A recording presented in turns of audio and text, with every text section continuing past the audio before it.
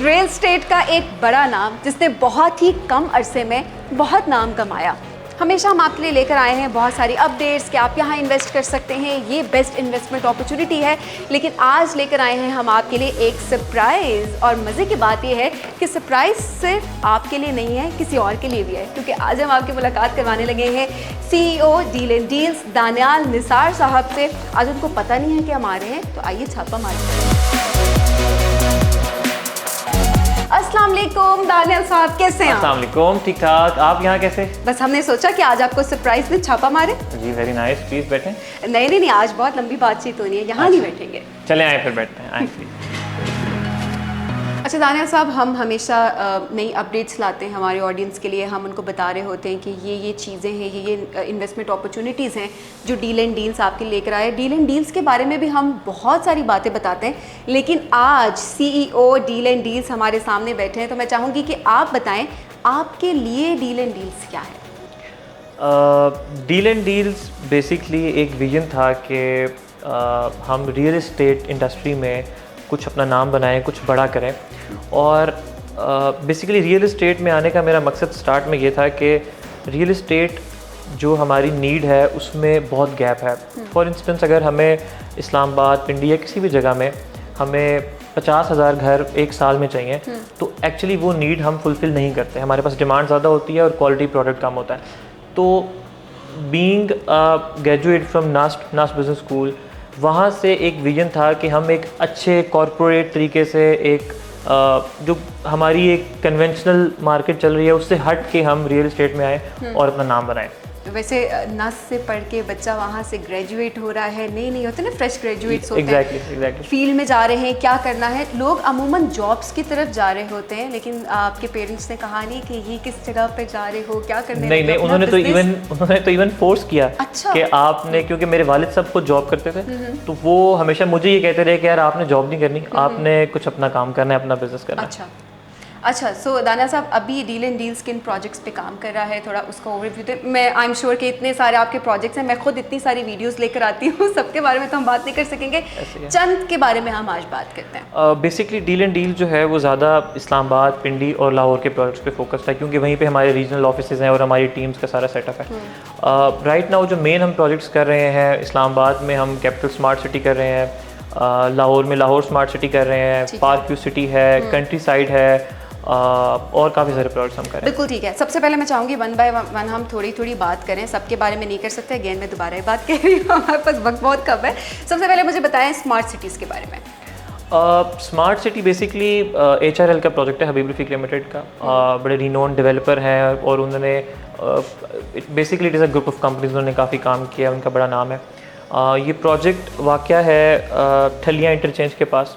बहुत ज़बरदस्त प्रोजेक्ट है, और ये इसकी जो लोकेशन है वो इसको रास्ता चक्री रोड से भी है, और रिसेंटली मैं आपको बताऊं कि इन्होंने मोटरवे से अपना डेडिकेटेड इंटरचेंज भी अप्रूव करवा लिया। तो बहुत ज़बरदस्त प्रोजेक्ट है, बहुत रिनोन ग्रुप है जिसका प्रोजेक्ट है, और इन्होंने पिंडी, इस्लामाबाद और इवन उसके बाद उन्होंने लाहौर स्मार्ट सिटी लॉन्च किया। अच्छा। तो इस मार्केट में, इस्लामाबाद, पिंडी, लाहौर की मार्केट में उन्होंने अपना बहुत बड़ा नाम बनाया। अच्छा, अभी बात हम कर रहे होते हैं कमर्शियल की भी हमने बात कर दी, स्मार्ट सिटीज़ की भी हम बात कर रहे होते हैं अमूमन, लेकिन लोग अब जो है मैंने देखा है सुकून की तरफ जा रहे होते हैं। उन्हें बस सुकून चाहिए होता है, जहाँ पर ट्रैफिक कम हो, जहाँ पर कोई भी इंडस्ट्रियल एरिया ना हो, कोई कमर्शियल एरिया ना हो। तो उस हवाले से, क्योंकि मैं डील एंड डील्स को जितना मैं आपके साथ काम करी हूँ और मैं देखती हूँ कि आप लोगों की जो उनका जो रुझान होता है उसको आप सबसे ज़्यादा पहले रखते हैं, आप प्रायोरिटाइज़ करते हैं उनकी डिमांड को। तो इस हवाले से आप क्या काम कर रहे हैं कि मेरे जैसा इंसान जिस तरह उसको चाहिए होता है कि पीस हो, सुकून हो हर जगह पे?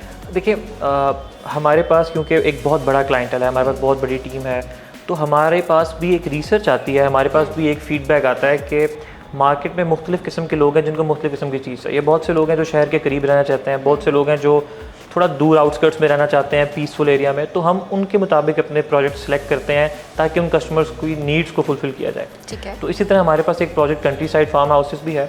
ये बेसिकली रवात से थोड़ा सा पहले GT रोड पे वाक़या है, बहुत पुरसकून, बहुत ज़बरदस्त एरिया है, और अभी वहाँ पे हमने फार्म हाउसेस लॉन्च किए हैं और जिनका हमें बहुत ज़बरदस्त रिस्पांस आया है, क्योंकि हमारी इस्लामाबाद पिंडी की जितनी आबादी है, इसके पास फार्म हाउसेस के लिए कोई अच्छी लोकेशन नहीं थी। Exactly. जो कि थोड़ी दूर हो, पीसफुल हो, तो वो बहुत अच्छा प्रोजेक्ट है। राइट नाउ अभी कंट्री साइड के हवाले से बहुत से लोगों ने हमारे साथ इन्वेस्टमेंट की, अब उन्हें इवन वहाँ पे प्रॉफिट्स आना शुरू हो गए और उन्होंने अपने प्लॉट्स नंबर भी लगा दिए।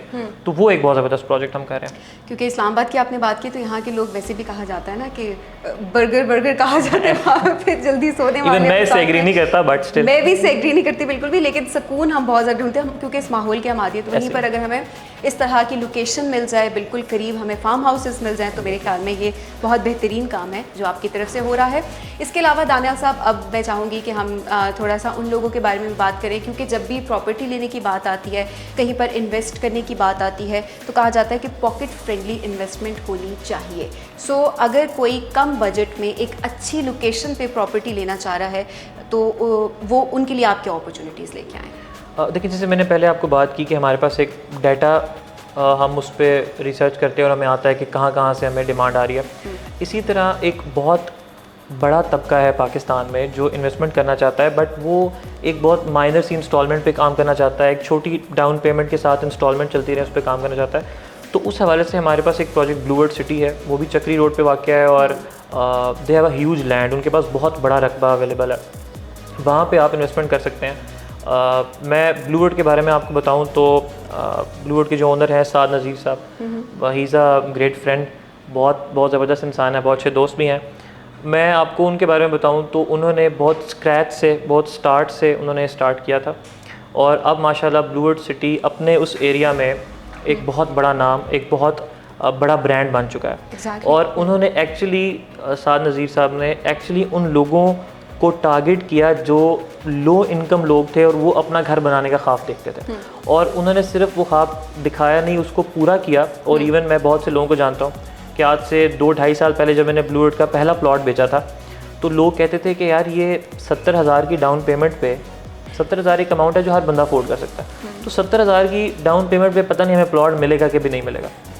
तो वो 7 लाख का प्लॉट था, 70,000 डाउन पेमेंट थी और 4 ईयर्स का पेमेंट प्लान था। तो अब हम अक्सर उन लोगों से मिलते हैं, वो लोग अब 7 लाख का प्लॉट, क्योंकि वो डेवलप हो चुका है, वो 20 लाख रुपए का हो गया और उन्होंने अपनी इन्वेस्टमेंट स्टार्ट की थी 70,000 से।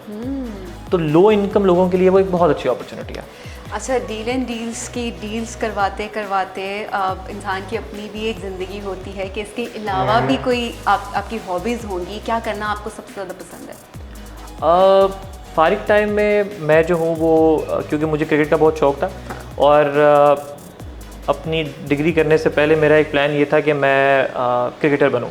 तो मैंने बड़ी कोशिश की, मुख्तलिफ अकेडमीज़ में गया, खेला, बट समहाउ क्रिकेट एक ऐसी फील्ड है कि आप उसमें या तो आप वो काम कर सकते हैं या पढ़ाई कर सकते हैं। आप बन गए तो बन गए, अगर आप नहीं बने तो exactly, क्योंकि टीम में बंदे तो 15 ही हैं। हाँ। ठीक है। तो फिर वो शौक था। तो अभी ऐसा है कि जब भी टाइम मिलता है तो या क्रिकेट खेलते हैं या क्रिकेट देखते हैं, खेलते हैं या देखते हैं, लेकिन अभी भी शौक है कि क्रिकेट बहुत ज़्यादा। क्रिकेट से मेरे जहन में आया, हम यहीं पे बैठे हैं, प्रॉपर्टी की बात हो रही है वहीं पर, आजकल हम देख रहे होते हैं जो हमारे प्लेयर्स हैं, पाकिस्तानी प्लेयर्स, उनकी शर्ट्स पे पार्क व्यू सिटी इतना बड़ा बड़ा लिखा हुआ आ रहा होता है, सब वो नोटिस भी कर रहे होते हैं। पार्क व्यू सिटी का प्रोजेक्ट भी आप लोग कर रहे हैं? हाँ जी, पार्क व्यू सिटी हम कर रहे हैं, हम उनके ऑथराइज सेल्स पार्टनर हैं और हम पिछले 2-2.5 साल से पार्क व्यू के साथ एफिलिएटेड हैं।